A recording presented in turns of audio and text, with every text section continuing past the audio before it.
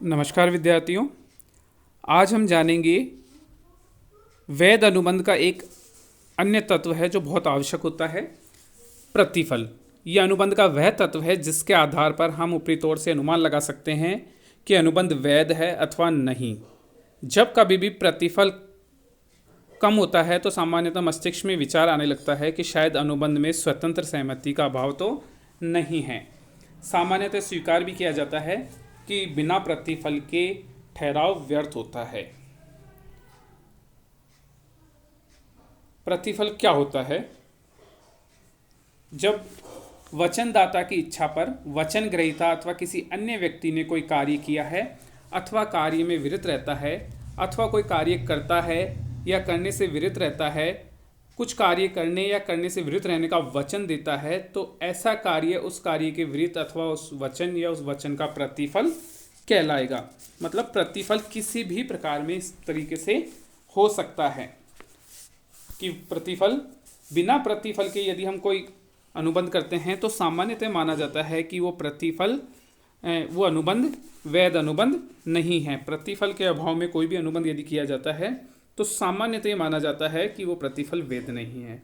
अब प्रतिफल क्या है, इसके क्या आवश्यक लक्षण हैं? सबसे पहला है प्रतिफल वचनदाता की इच्छा पर हो। प्रतिफल का जो सर्वप्रथम प्रमुख लक्षण है कि प्रतिफल के रूप में किए जाने वाला कोई कार्य अथवा उससे विरत रहने वचनदाता की इच्छा या प्रार्थना पर होनी चाहिए। यदि वचन ग्रहता अपनी स्वेच्छा से किसी अन्य व्यक्ति की इच्छा से कोई कार्य करता है तो उसे वचन का प्रतिफल नहीं माना जाता। अन्य व्यक्ति की इच्छा से यदि वो कार्य करता है, ये क्या माना जाएगा कि प्रतिफल वचनदाता, मतलब जो वचन दे रहा है उसकी इच्छा पर होना चाहिए। दूसरी परिस्थिति जो होती है वो है कि प्रतिफल से वचनदाता को स्वयं को लाभ होना आवश्यक नहीं है। प्रतिफल की वैधता के लिए ये आवश्यक नहीं है कि वचन ग्रहीता द्वारा किए जाने वाले कार्यों अथवा कार्य से वृत्त वचनदाताओं को स्वयं को ही लाभ हो।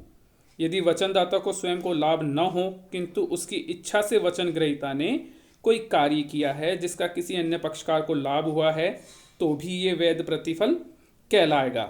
इस सिद्धांत को प्रतिज्ञा की विबाध्यता के सिद्धांत, डॉक्ट्रिन ऑफ प्रोमिसी एस्टोपल अथवा समान विबाध्यता के नाम से भी जाना जाता है। जैसे मान लीजिए अजय विजय को कहता है कि वह कुछ माल संजय को बेच दे तथा उसके मूल्य की 1 माह में भुगतान की गारंटी देता है। विजय संजय को माल बेच देता है। यहाँ विजय अजय की इच्छा से कुछ कार्य कर रहा है किंतु उसका लाभ संजय को मिल रहा है। ये एक अच्छा प्रतिफल है।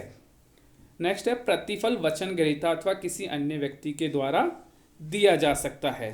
प्रतिफल वचन ग्रहीता अथवा अन्य व्यक्ति द्वारा दिया जा सकता है। यदि वचन ग्रहीता की ओर से किसी अन्य व्यक्ति ने प्रतिफल दिया है तो वह प्रतिफल वचनदाता की इच्छा अनुसार है तो प्रतिफल वैध माना जाएगा। इस नियम को रचनात्मक प्रतिफल का सिद्धांत के नाम से पुकारा जाता है। इस संबंध में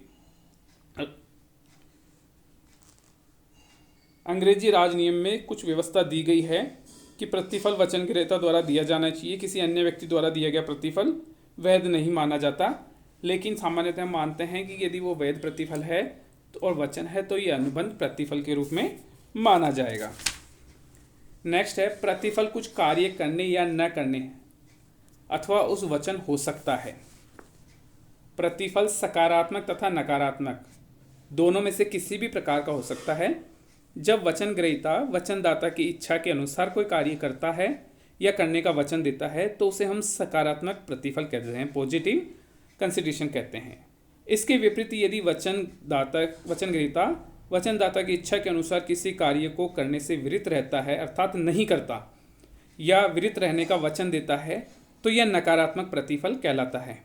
इस प्रकार दोनों प्रकार के कार्य वैध प्रतिफल हो सकते हैं।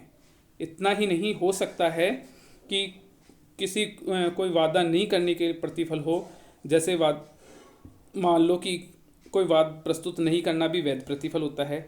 जब किसी व्यक्ति को किसी अन्य व्यक्ति के विरुद्ध कोई अधिकार होता है और वह व्यक्ति किसी वचन के बदले अपने अधिकारों को प्रवर्तित नहीं करवाता है तो उसे ऐसा वचन वैध प्रतिफल होता है।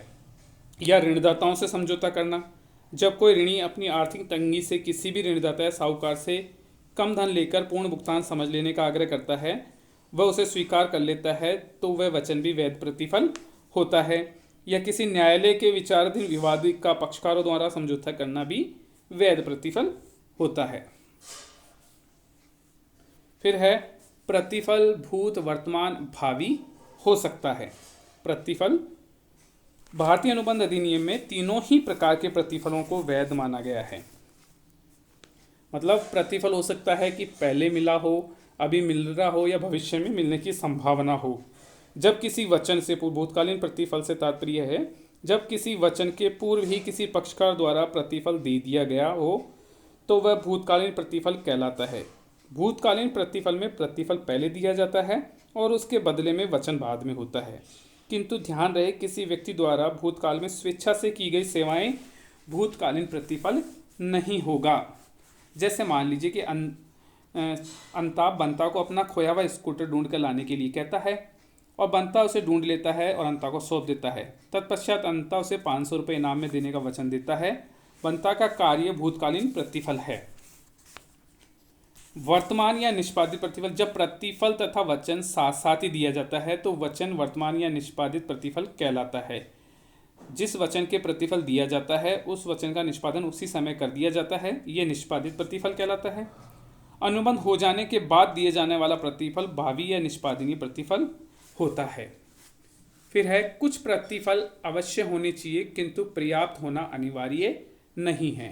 प्रत्येक अनुबंध में कुछ ना कुछ प्रतिफल अवश्य होना चाहिए। अनुबंध में प्रतिफल बहुत कम हो तो भी अनुबंध वैध हो सकता है, किंतु बहुत कम प्रतिफल इस बात का संदेह उत्पन्न करता है कि कहीं अनुबंध स्वतंत्र सहमति के अभाव में तो नहीं किया गया है।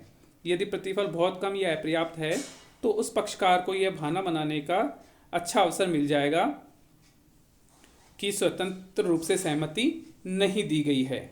यदि अनुबंध में प्रतिफल बहुत ही कम है और पक्षकार ये आरोप लगाता है कि अनुबंध उसकी स्वतंत्र सहमति से नहीं हुआ तो न्यायालय कम प्रतिफल को साक्ष्य के रूप में मान सकता है। किंतु जब न्यायालय इस बात से संतुष्ट हो कि पक्षकार की स्वतंत्र सहमति थी तो अनुबंध केवल इस बात से व्यर्थ नहीं होगा कि पर्याप्त प्रतिफल नहीं था। प्रतिफल वास्तविक या मूल्यवान होना चाहिए। प्रतिफल का एक अन्य महत्वपूर्ण लक्षण यह है कि प्रतिफल वास्तविक या मूल्यवान होना चाहिए। राजनियम की दृष्टि में उसका कुछ मूल्य होना चाहिए। यदि प्रतिफल भ्रामक, अनिश्चित और असंभव है, अस्पष्ट है तो वास्तविक व मूल्यवान प्रतिफल नहीं माना जा सकता। फिर है प्रतिफल वचनदाता के विद्यमान दायित्वों से कुछ अधिक होना चाहिए। विद्यमान दायित्वों का निर्वाह करना नए वचन का प्रतिफल नहीं हो सकता। अतः प्रतिफल ऐसा होना चाहिए जिसे करने या देने के लिए वचनदाता पहले से ही कर्तव्य अनुबंध के अधीन करने के लिए बाध्य न हो। नेक्स्ट कंडीशन जो है वो है प्रतिफल वैध होना चाहिए। अनुबंध के वैध होने के लिए यह भी आवश्यक है कि प्रतिफल वैध होना चाहिए।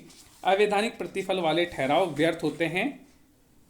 जैसे इसको आगे हम पढ़ेंगे कि कैसे व्यर्थ होते हैं। नेक्स्ट है प्रत्येक अनुबंध के लिए पृथक प्रतिफल होना चाहिए। यह भी महत्वपूर्ण है कि प्रत्येक अनुबंध के लिए पृथक प्रतिफल होना चाहिए। यदि दो अनुबंध किसी एक पक्षकार के साथ किए जाएं तो भी प्रत्येक अनुबंध का प्रतिफल अलग अलग होना चाहिए। नेक्स्ट है प्रतिफल निश्चित होना चाहिए। अनुबंध प्रतिफल निश्चित या निश्चित करने योग्य होना चाहिए। अनिश्चित प्रतिफल की दशा में अनुबंध व्यर्थ हो जाता है। फिर जो लास्ट है अपने कंसिडरेशन में इसके लक्षण, प्रतिफल संभव होना चाहिए। अनुबंध में दिया गया प्रतिफल संभव होना चाहिए। प्रतिफल के रूप में दिया गया वचन या कार्य वैधानिक रूप से, भौतिक रूप से पूरा करना संभव होना चाहिए। जैसे मान लो कि अंता बंता के लिए जादू से खजाना ढूंढने का वचन देता है। यदि बंता उसे 1000 रुपये दे तो ये अनुबंध व्यर्थ है, क्योंकि जादू से खजाना ढूंढने का वचन पूरा करना संभव नहीं है। या अंता बिना किसी अधिकार के संता का मकान बंता को बेचने का वचन देता है, जिसके बदले बंता 10 लाख रुपए देने का वचन देता है। अंता द्वारा प्रतिफल में दिया गया वचन पूरा करना असंभव है, क्योंकि अंता के पास मकान बेचने का अधिकार नहीं है। अतः अनुबंध प्रतिफल की असंभवता के कारण व्यर्थ हैं। ये जो लक्षण थे ये हैं कंसिडरेशन एक प्रतिफल का होना और वैध अनुबंध के लिए प्रतिफल का होना अनिवार्य है।